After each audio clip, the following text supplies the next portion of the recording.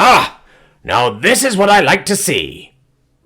Mr. Basil exclaimed, as he leaned down to inspect the spider bot. I see you've made many improvements. The workshop hummed with activity as the students across the industrial vocation class worked to put the finishing touches on their various projects before they need to hand them in at the end of this lesson. The room stank of soldered metal and fresh oil, and the sound of whirring gears and hissing hydraulics provided the soundtrack. Yeah, Jack grinned. We were able to redesign it with a lighter material to help with the ability to climb. We also committed not to go with plungers or a sticky substance, since the aim of this thing is to be stealthy, and those things are detectable. But we were finally able to replicate the tiny hairs spiders from my home use to climb walls using some materials we got a while back. Thank you, Uncle Ben, Jack thought to himself, remembering the space wall they had gotten as part of their payment for helping the ranch out all those weeks ago. Attempting to carefully glue the hairs to the legs had been tedious work for what was only a hypothetical, but they had bribed Laura into using her skills with life magic to manipulate the hairs to work the way they wanted. Somehow. Yes, sir. We tried to get a hold of a paramagnetic metallic compound to replicate the effect of the tiny hairs, but we couldn't get one to work the way we wanted, Nika added, as the teacher picked the bot up to give it a closer look. The idea was to run a current for it while it was in a mutable state to produce the hairs, but it didn't work out in time.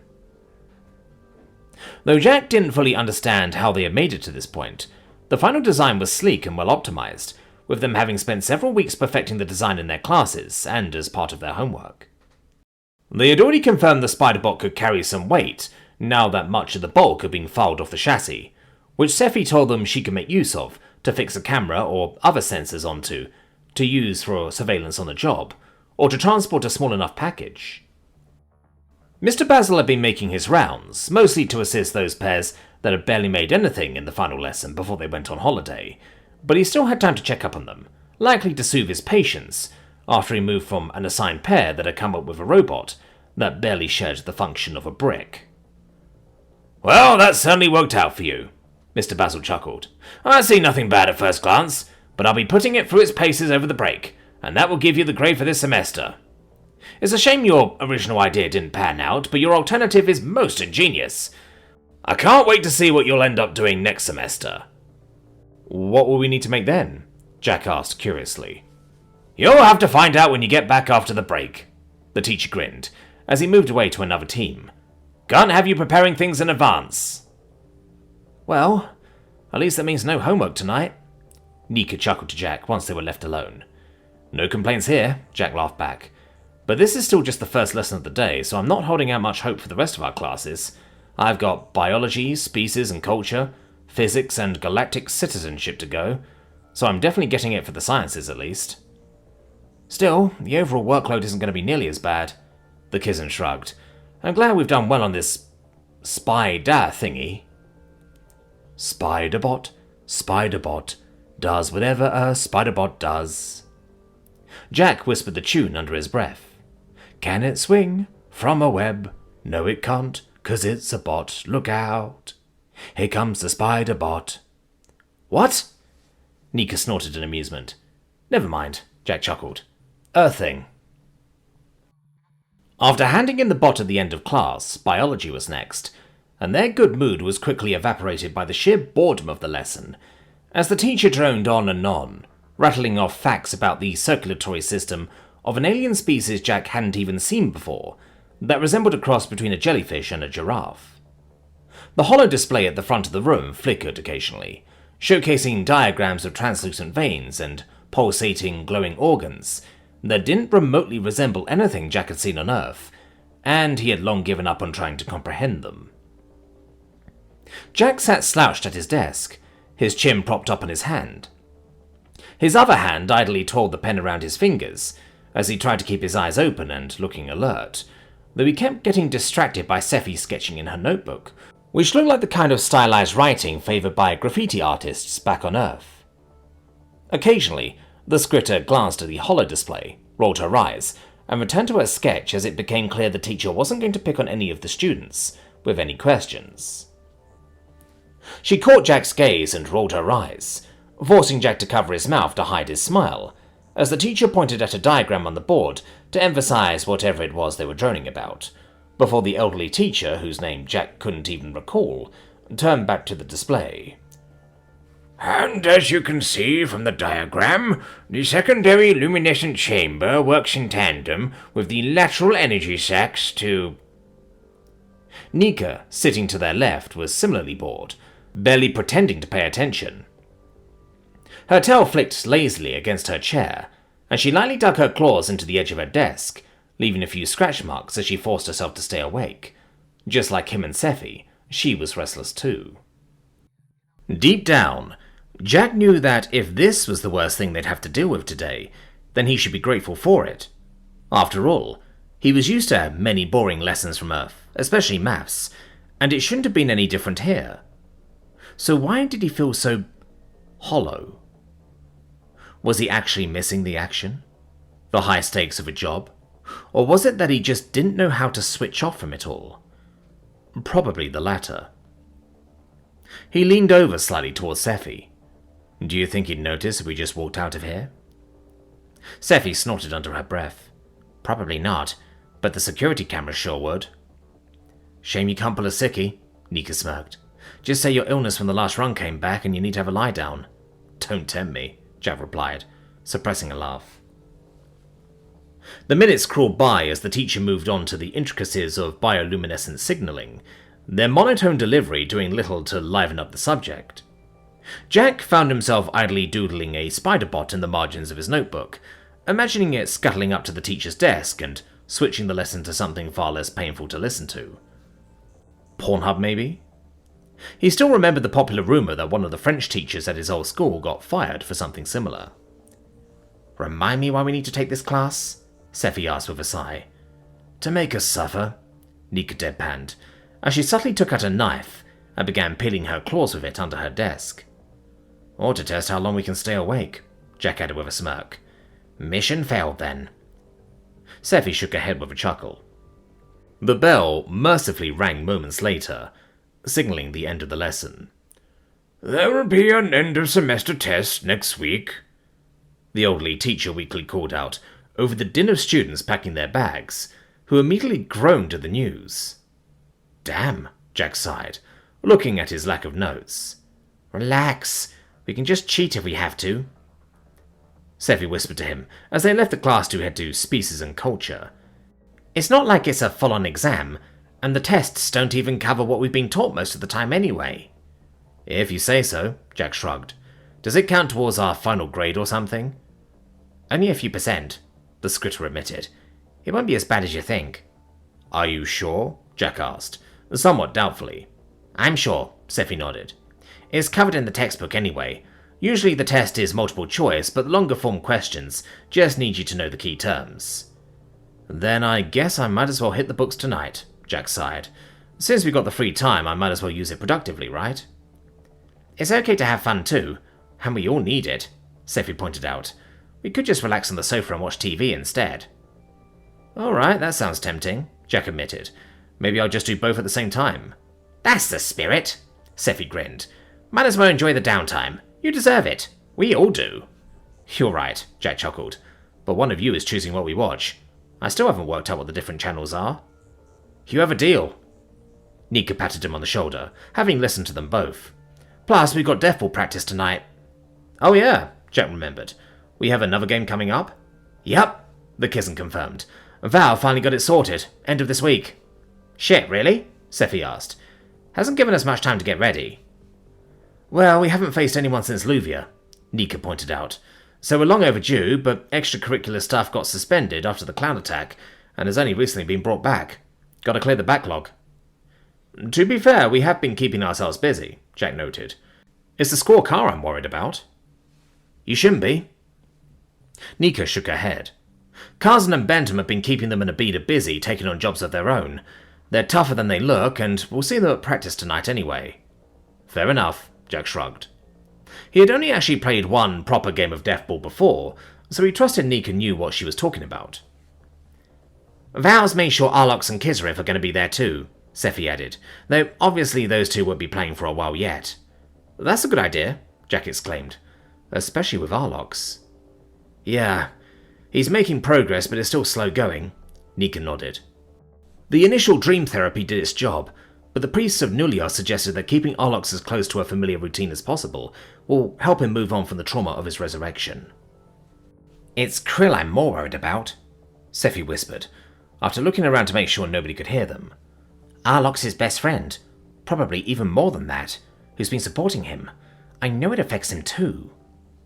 You're not wrong, Jack agreed. I've made sure to check on him when I can, as have both of you and several of the others. I think the distraction will help him. Same with Kizarif, Nika pointed out. He's taken it all reasonably well, but if he isn't around to get involved while waiting for his replacement body parts, he's gonna go nuts. At least more so than usual, Scifi chuckled, before her face turned more serious. Yeah, it's been hard on him too. Hyperactive as all hell, yet can't channel the energy due to his interests. Still, he can play video games even if he sucks at them.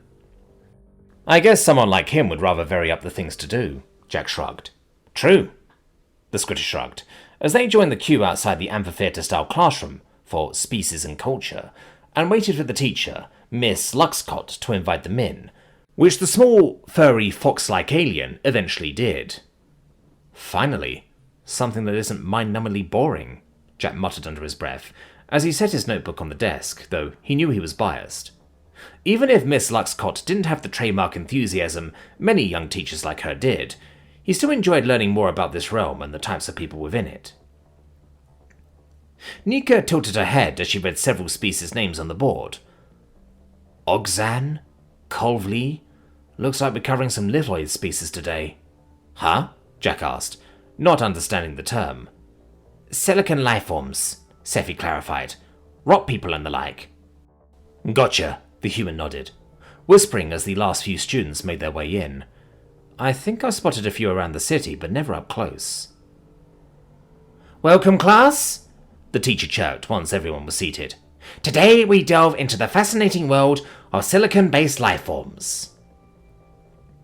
The holoprojector flared to life, casting an image of a hulking quadrupedal figure with dense brown rock-like skin, glowing yellow eyes, and 3 massive limbs. The Ogzan is our first species that derive their existence from silicon-rich materials, which also fortifies their bodies over time. Naturally, because of this, they often prefer to live underground, where these materials are commonly found, though they are not limited to living there.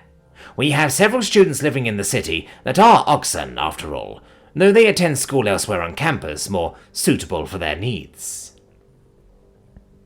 The teacher went on a bit more about them, how their societies were very clan-based, similar to the Hoduf, and how they were notable for singing of sorts, with Miss Luxcott playing a sample that reminded Jack of a particularly echoey Welsh song. Next, the display transitioned to a clear crystalline jellyfish creature, with a body that seemed to refract light into different colours like a prism, and several tentacles that showed it could manipulate tools. Next, we have the Colvry, an aquatic species that communicates through colours and vibrations, the teacher continued. Being an aquatic species, you won't see many Colvry above the surface of the seas without modifications, but they have thrived well.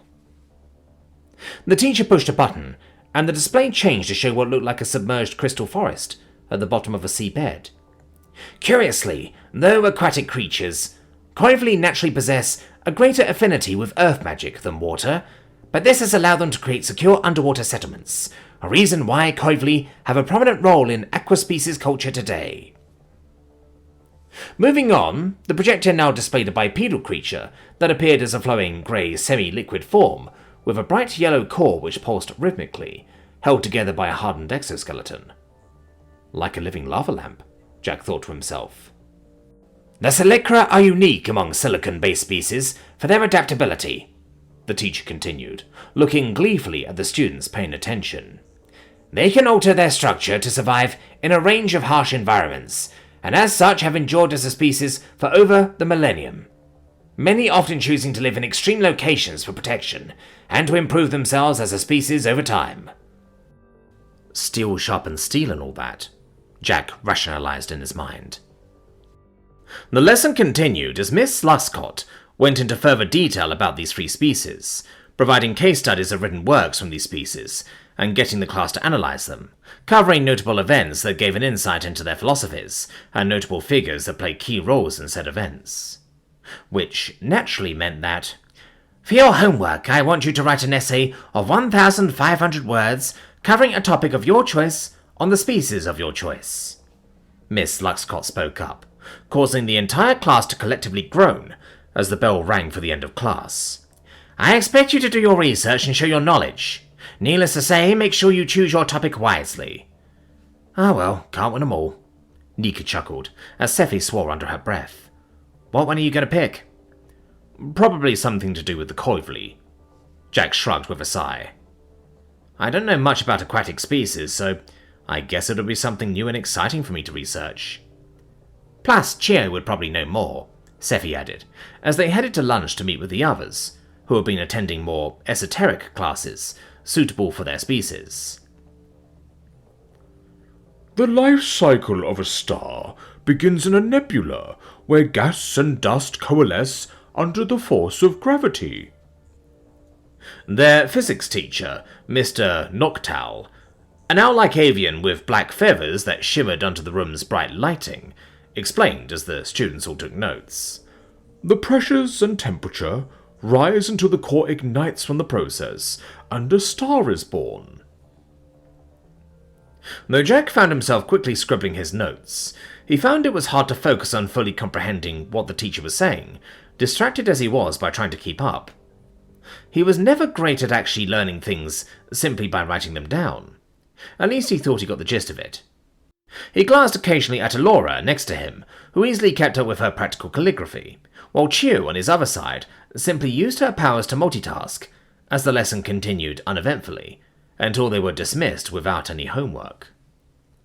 That left Galactic citizenship, with all the corporate propaganda Miss Helene was required to teach them. Corporations are the backbone of galactic society. The forcibly chipper teacher spoke as they felt the lesson finally conclude. Through unity and hard work, they provide order, prosperity, and opportunity for all. As future employees, it is your duty to align yourselves with these values. Jesus Christ, woman, how can you sound so happy with this horse shit? Jack thought to himself. And as we have discussed, these values are held aloft by the 3 pillars of corporate life. The first is obedience, she continued, as the slideshow moved onto an animation of cheerful workers, raising their hands in a corporate meeting, and then nodding emphatically as a suited boss gave them instructions. The second pillar is productivity. She moved on to the next slide, which shows statistics and graphs, showing the difference between good and bad with the use of emojis. Remember that a productive worker is a happy worker. Jack sighed. Alora kept her expression clear. Gio looked like she was probably actually projecting. Nika fiddled with her pen, while Scifi looked like she was about to have an aneurysm. And finally, the last pillar is integration, the teacher concluded, as a video played of a large office, densely packed with workers that all looked the same as each other. A corporation is at its best when all workers are in harmony, working towards a common goal. Finally, the bell rang. That was long, Jack thought to himself, not daring to share his opinion with the others until they were well out of earshot. But at least it's over and done with. And for your homework, I want you to write an essay of 1,000 words per pillar on how you will personally strive to meet these standards. That's a total of 3,000 words due next week. Motherfucker! Alright everyone, holiday's over. Val called out to the assembled Deathball team, having rented one of the available extracurricular sports halls for the occasion. Curiously, it was all done automatically, though a teacher usually had to sign off on it. Rumour had it that though Master Carl was still an active teacher at school, he was very rarely seen now, though his administrative duties as the head of physical education were all apparently up to scratch. The approval came from him, likely through the use of an AI automating the process. Actual teaching had been left to the other PE teachers, though without Master Carl to order them about, they had been chill enough. What are you talking about, Val? Holiday literally starts at the end of next week. Scifi spoke up with a classic grin, eliciting laughs from the others. You know damn well what I mean. The Eladra rolled his eyes.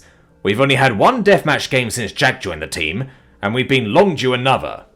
True, Carson agreed. When is it? Last game of the semester. Val smiled. So hopefully we'll get an audience. Then again, most people will probably just be rushing to get home, but a guy can dream. Do you know who we're facing? Nika asked. It's not been fully confirmed, but we're facing a team of mostly students from Emera House, Val confirmed. All of them mages of some kind, though not all of them are glass cannons. Great, Crit sighed. Less scrums and more fuckery. Pretty much, Val nodded.